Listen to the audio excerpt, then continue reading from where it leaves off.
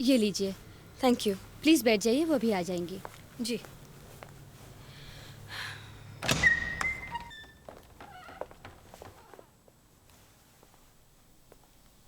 हाय। नमस्ते।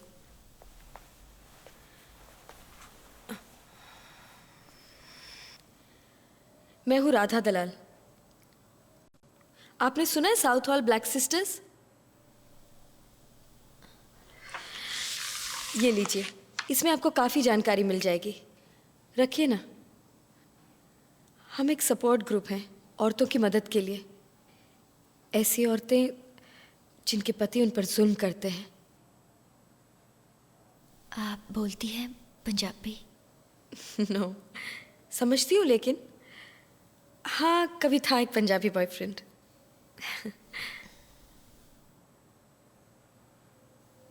किरणजीत, आपकी मैं मदद करना चाहती हूँ। यहाँ कैसा सुलूक हो रहा है? कहिए ना कुछ।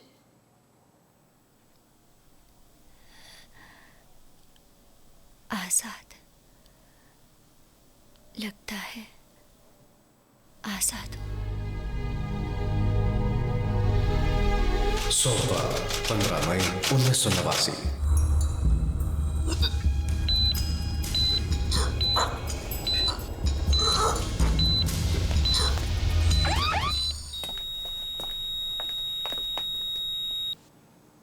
क्या?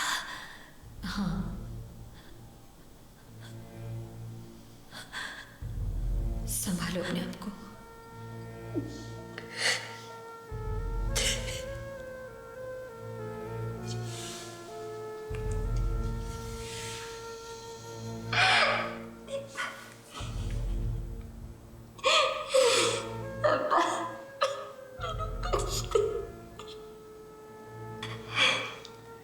जानता हूं ये बुरी खबर है, पर हमारी प्रॉब्लम और पेचीदा हो गई है।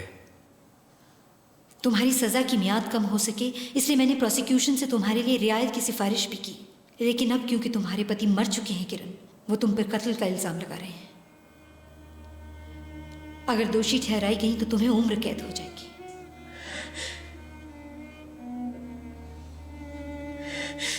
पुले को गुरमार्ग पाया, अवर त्यागर भक्ति लाया, जन्म मरण की त्रास मिटाई, गुरपुरे की बेअंत बढ़ाई, गुर प्रसाद द्रुत कम विकास, अंधकार में पया प्रकाश, जिन किया सो गुरते जानिया, गुर कृपा ते मुगद मन मानिया।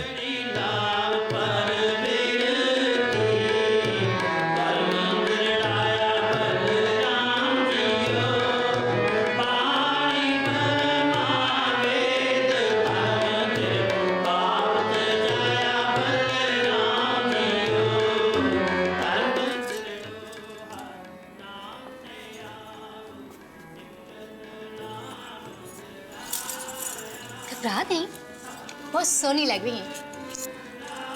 मैं उन्होंने जानती तक नहीं। जानन दी की जरूरत है। ए लंदन विच मेरे तेवर का बहुत अच्छा दोस्त है, ते तेरा चंगा ख्याल रखेगा। पर दीदी, मेरी पढ़ाई तक ही होएगा। तेनों किन्ने रोके?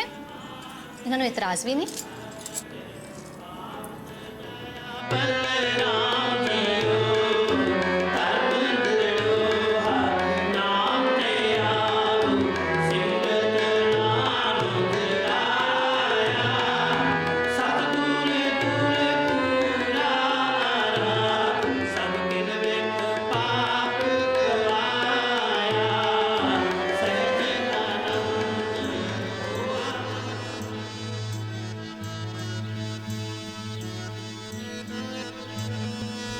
सोमवार 4 दिसंबर 1989।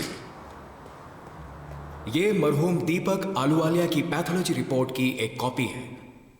तो कोर्ट को बताइए कि आपको क्या मिला। उस पेट्रोल में कई दूसरे केमिकल्स की मिलावट पाई गई थी जो विक्टिम पर डाला गया था, खासकर कॉस्टिक सोडा, जिससे वही रिएक्शन हुआ जैसे अक्सर होता है नेपाल में। कुछ समझा नहीं मैं। इसकी वजह से पेट्रोल जिस्म से चिपका रहा और बदन काफी देर तक जलता रहा, यहां तक कि उस विक्टिम का मांस उसकी हड्डियों पर ही पक गया था। Thank you doctor. Your honour, अगर आपकी इजाजत हो तो मैं कोर्ट को एग्जिबिट ए दिखाना चाहूंगा। ग्रांटेड।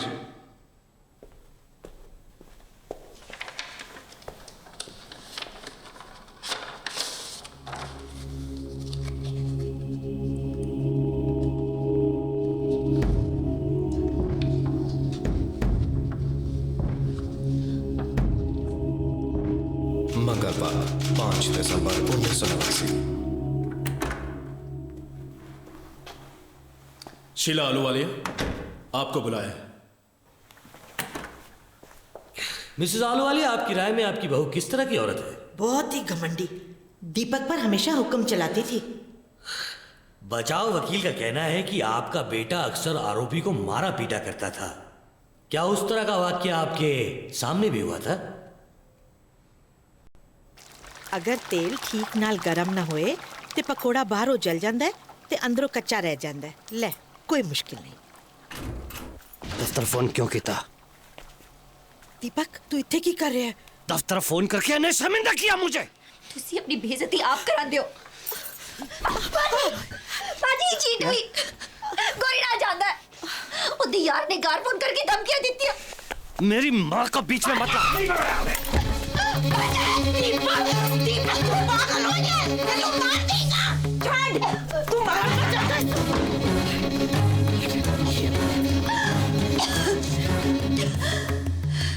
नहीं, कुछ नहीं देखा।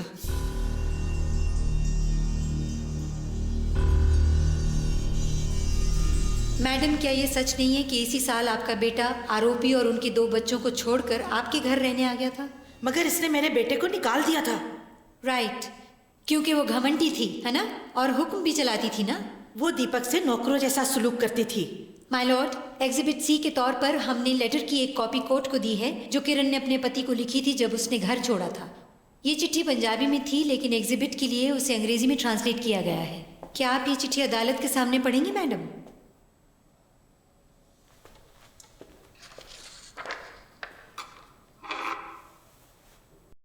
इंग्लिश नहीं पढ़ सकती।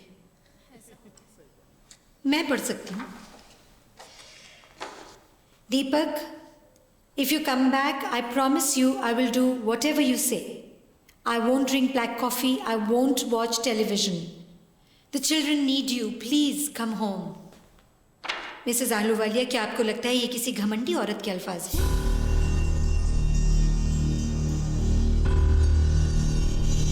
बुधवार 6 दिसंबर 1989।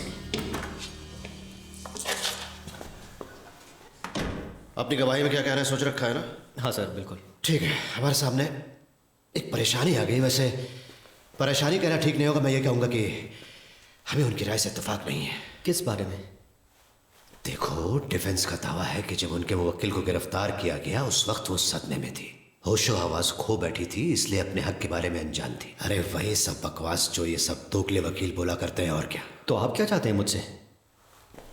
मैं चाहता हूं कि तुम अपनी गवाही में ये कहो कि जब तुमने उस लड़की को पहली बार उसके घर में देखा तब वो अपने पूरे होशो आवाज में थी। लेकिन ये तो सच नहीं है सर। लेकिन तुम यही कहोगे। तुम्हारी भलाई इसी में कि जैसा मैं कहूं वैसा ही करो। पीसी जेम्स ओ'कॉनर, अब आपकी बारी है।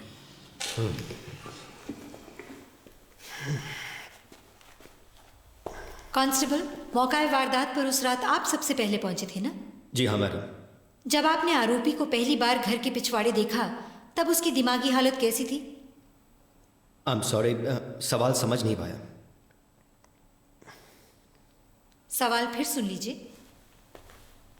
उस रात जब आपने मिसेस आलूवालिया को देखा तो आपको क्या लगा? वो अपने होशो आवाज खो बैठी थी या पूरे होश में थी? मुझे लगा वो सतर्क थी और अपने पूरे होशो हवास में थी। क्या? हाँ, झूठ बोल रहे हैं। इससे तो अच्छा से गली में घुसे तुम उन सबको बाहर निकलवा दोगी? चुप रहो तुम। बस और कुछ नहीं पूछना है। गुरुवार 7 दिसंबर 1989। डॉक्टर स्टिलमैन, आप कहाँ प्रैक्टिस करती हैं?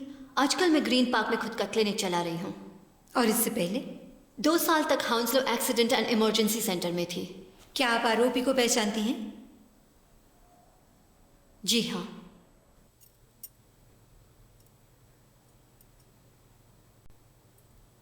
ओके, ठीक है। अब अपने कंधे से घुमाने की कोशिश कीजिए।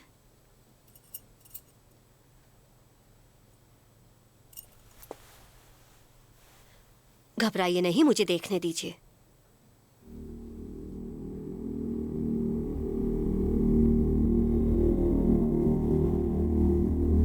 ओके, अच्छी खबर यह है कि कोई हड्डी नहीं टूटी, मगर आपको कई हफ्ते अपनी कलाई और कमर पर पट्टी बांधे रखनी होगी। आप बता रहे थे ये गिरने से हुआ था? जी हाँ। हमारा बच्चा अपने खिलौने हमेशा सीढ़ियों पे छोड़ देता है। मैं उसे कहता हूँ वहां मत रखो, पर बच्चे हैं। I understand. मिस्टर आलूवालिया, जब तक मैं आपकी पत्नी का चेकअप करती हूँ आप बाहर बैठ सकते हैं प्लीज। क्यों, क्या ये जरूरी है? वैसे भी आपको केस पेपर तो बनाने ही होंगे ना, तो इस बीच आप वो सब कर ले, तब तक मैं आपकी पत्नी को ठीक से देख लूं। नहीं, हम जरा जल्दी में बेटे को माँ के घर से ले। देखिए, इनका इलाज अच्छी तरह से होना चाहिए। अगर आप मिसेस आलूवालिया, क्या ऐसा कुछ है जो आप मुझे बताना चाहती हैं?